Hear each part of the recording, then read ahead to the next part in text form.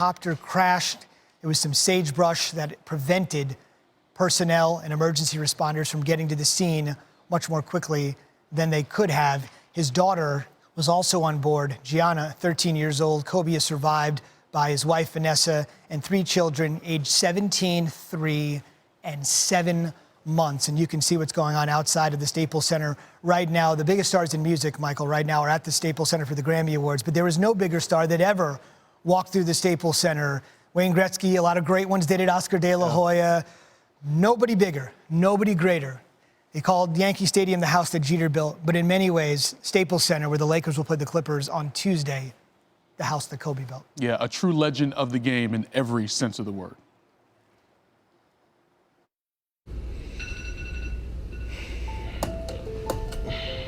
Kobe Bryant announced that he's going to be retiring after. I remember season 1. You said, who is this kid? His 20th season, all with the Lakers. Had one of the greatest careers in basketball history. The body just will not allow him to be what he once was any longer. No one understands what it takes to be great. The force that drives you to do what others don't. The sacrifices made, all with one purpose in mind. Push yourself to become better. The extra seconds, minutes, hours of work put into perfecting one's game. Lifting yourself above the rest. To make sure your name will forever be synonymous with one word: greatness. What does it take to be great? Work ethic, determination, drive. It takes ability, it takes a desire. Baylor moves on Russell again, turns and puts up a tremendous field goal. I think it takes years of players relying on you to take the big shot, make the great play. You know, do the things that bring success to the team. That's what it's all about. It's getting out and measuring yourself against others. And I think that when you have an attitude like that, that's part of greatness. At first I met Kobe. Kobe was just out of high school. He was out here for a workout, and I've never seen anyone work out as hard as Kobe. I've never seen anybody that prepared. He was 17 years old and was ready to play NBA basketball. That's pretty amazing. I think Jerry West was the one who said this. He said, I want this kid because this kid has more talent than anybody I have playing for me right now. And he had a great team. Just a kid who would never take a night off. Even if it wasn't going well, it was always going to be trying to slay the dragon. If you don't have that type of work ethic, you don't get to enjoy the benefits. Out to Kobe. Ball away high. What a way to finish! Killer instincts is not the confidence in yourself. I can make this shot against anybody. I can make this play. You want to win. There's extra pressure to play for a team that is expected to win, but that's an incentive that most athletes enjoy. They want to prove to everybody that they can deliver. 81 points for Kobe. It's the most points scored by one individual in a game since Wilt Chamberlain. They call him the Black Mamba. I mean, man, deadly. He was just, to me, one of the greatest ball players I've ever seen to play basketball. His quickness and agility and ability to get his jump shot off from anywhere, you had to respect that. He was an issue for the defense. Well, I think the Black Mamba is appropriate. He makes shots with guys draped all over him, you know, falling down, left hand or right hand. I just, witnessed him doing some amazing things. The Lakers are champions, back-to-back titles. The LA Lakers, the 2010 NBA champions. When you're able to go all the way to the top, you feel that you put your name in granite, more or less. The ecstasy of winning it all and being the best player on the planet for his tenure, and nobody can take that away. I just had to just accept the fact that I don't want to do this anymore. And I'm okay with that. I split my kneecap and I ruptured my Achilles. That night I was sleeping on the floor in Cleveland and it was a snowstorm. My knees was hurting. The tendonitis was kicking in overtime. Are you gonna go slide on the floor at the ball that's 20 feet away from you? No, you're not gonna do that.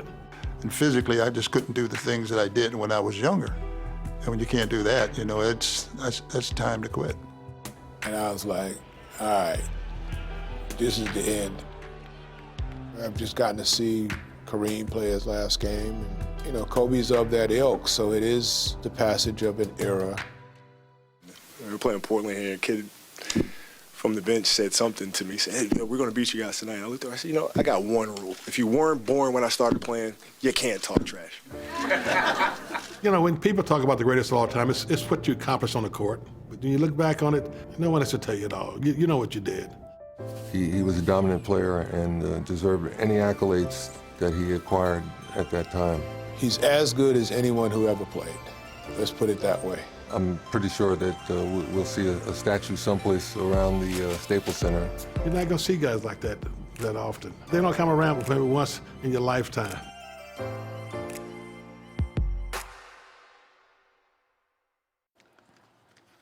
As we've told you earlier today, Kobe Bryant and his daughter, Gianna, 2 of 9 victims in a helicopter crash outside of Los Angeles. We have more information now on some of the other victims involved in that crash.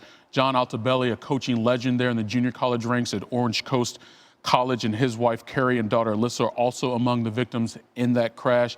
Altobelli was a coach at OCC for 27 years, leading the Pirates to 4 state titles and notching more than 700 wins. Known around campus to his players as Coach Alto, he was a mentor as much as he was a coach who had a track record of launching student athletes into scholarships at the 4-year level and summer league opportunities. The Orange Coast athletic director, Jason Keller, may have put it best when he said, quote, John truly personified what it means to be a basketball coach. The passion that he put into the game, but more importantly, his athletes, was second to none. Altobelli was 56 years old, again, one of 9 victims, along with Kobe Bryant and his daughter, Gianna, in a helicopter crash outside of Los Angeles. Michael, I just want to say one thing before we leave and get you to the X Games. We're continuing coverage on ESPN in moments with John Anderson and Kenny Mayne. Every guest we simply had said you could never match Kobe's work ethic.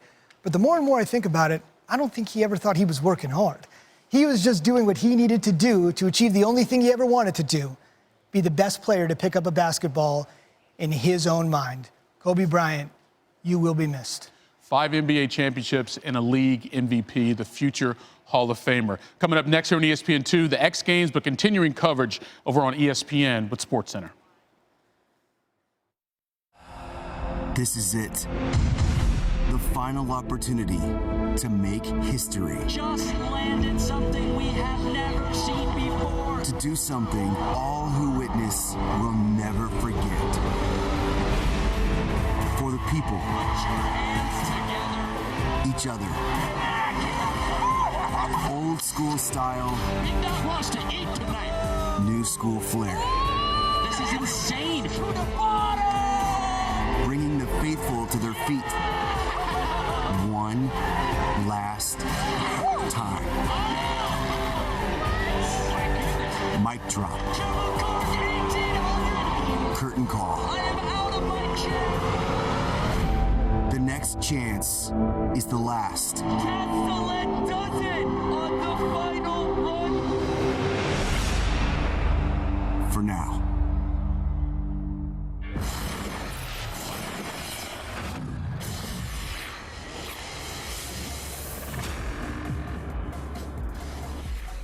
Welcome to the 4th and final night of X Games Aspen. We kick things off with a fun one.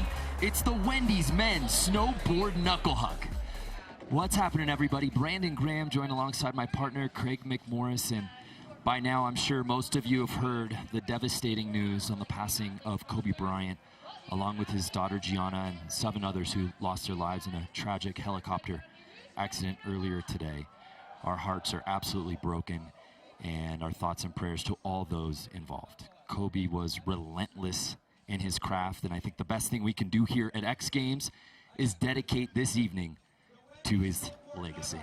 Very, very well said, Brando. Very well said. As we said, this is a fun one. The Wendy's Snowboard Knuckle Huck. This was an event that made its debut last year, really based off of just sessions. Who shone in this event last year? Fridtjof Tischendorf had a backpack and a speaker on. Welsh riding has the backpack, no longer the speaker. It blew up. He rides with headphones now. Ladies and gentlemen, he made this knuckle his own. He made it just so well. And also early this week, Brandon. Yeah, and slope style elimination. Take a look at that. Was this intentional? I believe his line was intentional. I thought he was going to go a little bit further. He knuckles and backflip, and the rest of the athletes at the bottom, they lost their minds. I love it because Fridge had knuckle huck on his mind, even in the event that wasn't the knuckle huck. That is correct. Well, there you see Fridge. Can he defend this win? Let's take a look at our Wendy's athlete profile with Fridge.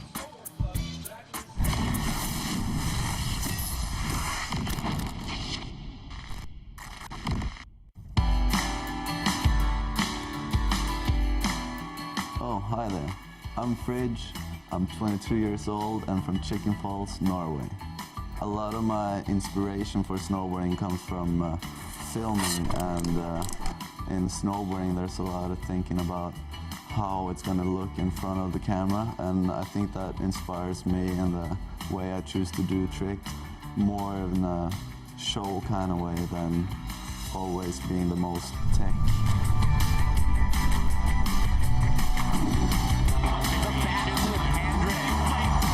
So, for those of you wondering why the backpack, the answer is because I consider snowboarding to be more of a show than a sport, and I consider myself to be a stuntman more than an athlete, and by putting on the backpack, I turn into a gimmick and a character.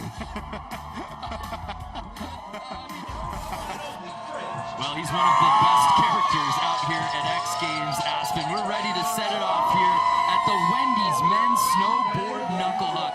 What a night out here at Buttermilk Mountain, and it's no surprise that this became such a fan favorite so quickly, Craig. Less is more. All these guys need is a no.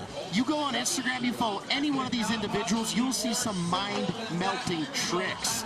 There's the names. This is who's competing in it. I like Marcus Cleveland. This event was kind of made for him, but unfortunately last year he could not compete in it due to shattering his kneecap. Yeah. This year it's a different story, Brandon. Such a bummer that injury happened literally a month before X Games, but he's in it now and he's healthy. But kicking things off, Yo Izawa, the X Games rookie. Actually competed against him in a rail jam only a few hours ago. And he just attacks the course differently. We saw in the rail jam and in the